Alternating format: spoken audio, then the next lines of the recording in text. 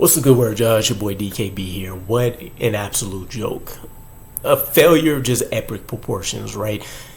Seeing us go on a 4-win losing streak should never happen on this team specifically. I don't care about the coaching staff necessarily, but we'll get into that. When you just go down the line, and I don't want to just quote name value here, but when you look at the productivity that they've had even in their most recent years, Aaron Rodgers in his final healthy-ish year with the Packers was still good enough to be able to push this team into the playoffs, in my opinion. You look at Breece Hall, you look at Garrett Wilson, you're adding in Devontae Adams, you're looking at what Allen Lazard is able to do. You've seen what Tyler Conklin has been able to put on display.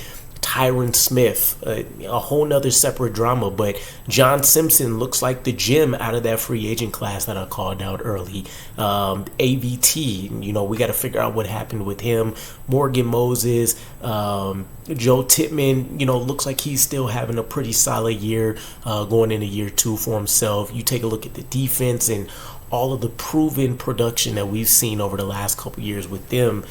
To lose 15-37 and not even be able to sniff 3 points towards the end of towards 30 minutes of football here is insanity, right? And I know that's not truly accurate. We had the fourth down situations that we couldn't convert, different things of that nature, but I'm so tired of week in and week out. We're literally seeing the same errors over and over again. And one of the more frustrating things is that now you're starting to see that Jamal Adams, syndrome come in. We always find a way to draft these dogs, right? Guys that have been proven at the highest level that they've been able to attain in college, that they're A plus, right? They're top tier. They're going to deliver, and slowly, year after year, and realistically week by week, you see the life force get drained out of a lot of these guys. There's no way Garrett Wilson should be getting beat by a rookie cornerback for them, right? You take a look at some of the miscues that he's really had lately, where even he looks like potentially he's running lazy-ish routes. You're seeing the situations where he can't even pull the ball in, right, to pop off the shoulder that led to the second interception today. This team not only isn't doing enough to help Aaron Rodgers isn't able to turn back the clock enough to overcome things. So when you just pile up all of the issues, the penalties, the inaccurate throws, right? And one of the more devastating things is it looks like Aaron Rodgers is struggling to get that thing past 25 to 30 yards when he's trying to, throw a rope. You take a look at the lack of the run game, right? If Breece Hall wasn't able to find some of those slivers of space in the pass game and really take off, you'd be talking about a run game that, as it shows, I'm pretty sure we're going to be back in the bottom 30 in terms of run productivity.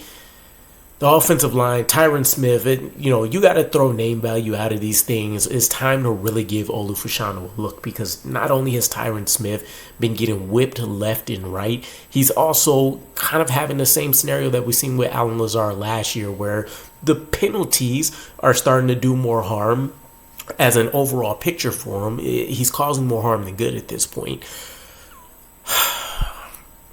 And I don't even think injury is a huge play in that, right? So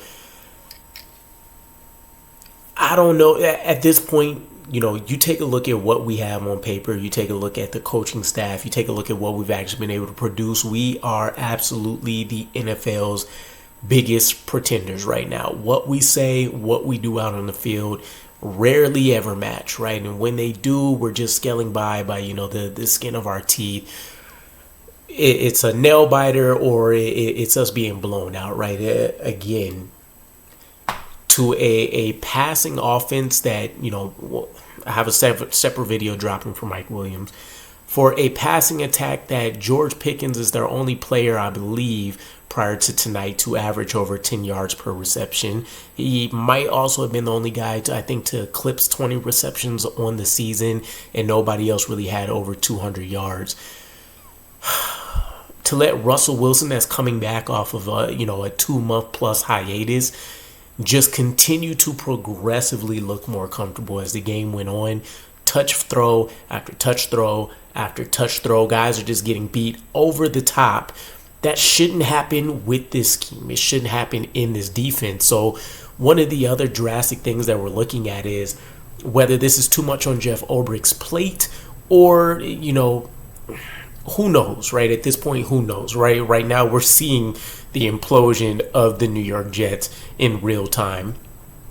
The defense is starting to fade out, and they're starting to fade really quickly. You're seeing, some performers that can pop out and do, well, like your Will McDonald's.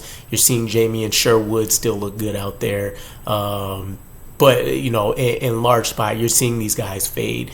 They see the writing on the wall at 2-5. You're probably looking at less than a 10% chance to make the playoffs. And prior to even losing this game, I mentioned that we probably have to go undefeated leading up to our Week 12 bye. And now it's going to be more critical than ever for that to be the case.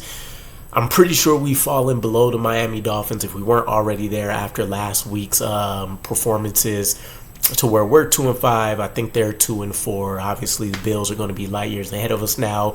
But you could make the argument that the Jets could be fighting to play in the basement for the AFC East, right? So I don't know what the answer here is. I really don't. All I can honestly say is looking at this thing, eyeballing it, after years and years of watching some of these teams just start to completely fall off the rails.